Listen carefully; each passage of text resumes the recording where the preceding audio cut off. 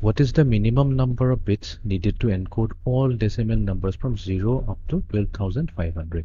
So এই কোৱেশ্চনটো কৈছে যে আমাৰ তাত কেইটামান decimal numbers আছে, ইয়াৰ ৰেঞ্জটো দিয়া আছে from 0 to 12,500. তো আমাক সুধিছে যে এই ৰেঞ্জ অফ decimal number 0 পৰা 12,500 ক যদি আমি যদি ইয়াক বাইনাৰীত যদি এনকোড কৰোঁ, তাৰমানে বাইনাৰী ইকুইভেলেণ্টটো লওঁ, তেনেহ'লে এই কিমান মিনিমাম নাম্বাৰ অফ বিটছ লাগিব এই গোটেইখিনিক আমি ৰিপ্ৰেজেণ্ট কৰিবৰ কাৰণে। তো এইটোৰ কাৰণে আমি এটা ফৰ্মুলা ইউজ কৰিম। তো আমি জানো যে আমাৰ যদি নাম্বাৰ অফ বিটছ n হয়, তেনেহ'লে ডেচিমেলৰ ৰেঞ্জটোক আমি 2 to the power n minus 1 denote কৰিব পাৰোঁ, where n আমি ক'ব লাগিব where n is the total number of bits.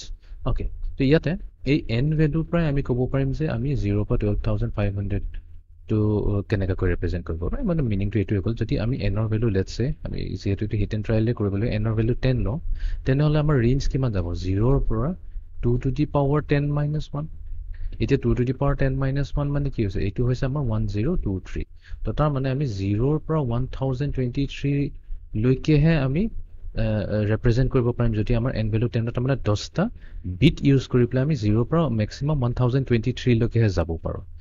তেনেহ'লে এইটো হ'ব নোৱাৰে, n ইকুৱেলছ টু 10 হ'ব নোৱাৰে, বিকজ তো আমাক 12,500 লৈকে ৰিপ্ৰেজেণ্ট কৰিব দিছেতো। তো n ৰ ভ্যালু যদি আমি 11 লওঁ, তেনেহ'লে এইটো কেছত আমাৰ 0 পৰা 4 লৈকে যাব, 2 to the power 11 minus 1, 2 to the power 11 minus 1, এইটো কি হ'ব? এইটো হৈছে আমাৰ 2047। তো তাৰ মানে এইটোৱে মিনিং হৈছে যে 0 পৰা 2047 লৈকে আমি মেক্সিমাম ৰিপ্ৰেজেণ্ট কৰিব পাৰিম কেইটা বিট ইউজ কৰি? 11টা বিট ইউজ কৰি। বাট এগেইন 12,500 কি হ'ল? 2047 ওপৰত গুচি গ'ল, তো আমি 11 ৰিপ্ৰেজেণ্ট কৰিব নোৱাৰোঁ। তো নেক্সট আহি গ'ল এতিয়া n ইকুৱেলছ টু 12 যদি লওঁ, তেনেহ'লে আমাৰ কি হ'ব?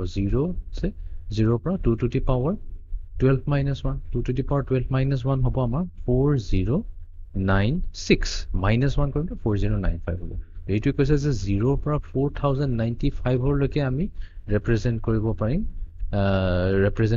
এই ডেচিমেল নাম্বাৰ, এইটো হাইয়েষ্ট ডেচিমেল নাম্বাৰ যোনটো আমি 12টা বিটেৰে কৰিব পাৰিম। এগেইন 4095 to 12,500তকৈ সৰু হয়, ৰিজেক্ট কৰি দিম। n ইকুৱেলছ টু 13 লৈ লওঁ। তো তেনেহ'লে এইটো ক'ৰ পৰা যাব? 0 পৰা যাব 2 to the power 13। এতিয়া 2 to the power 13 minus 1 কৰিলে আমি পাম 8191। তাৰ মানে 0 পৰা মেক্সিমাম 8191 লৈকে যাব যদি আমি 13 লওঁ, তেনেহ'লে এইটোও ল'ব নোৱাৰিম। নেক্সট আহি যাওঁ আমি 14ৰ কেছত, n ইকুৱেলছ টু 14 লওঁ। তো 0 পৰা মেক্সিমাম ক'লৈকে যাব? 2 to the power 14 minus 1। তো 2 to the power 14 minus 1 কৰিলে আমি পাম 16,383। য়েছ। তো এইবাৰ কি হৈছে? আমি যদি 14 বিট এটা বাইনাৰী নাম্বাৰ লওঁ, তেনেহ'লে আমি সবতকৈ সৰু ডেচিমেল নাম্বাৰ হ'ব 0 আৰু সবতকৈ হাইয়েষ্ট হ'ব 16,383। তো এইটোলৈকে আমি ৰিপ্ৰেজেণ্ট কৰিব পাৰিম। আৰু যিহেতু আমাৰ 12,500 এইটো এই ৰেঞ্জৰ ভিতৰতে সোমাই আছে, তো ইয়াতে আমি ক'ব পাৰিম the minimum number of bits required is the minimum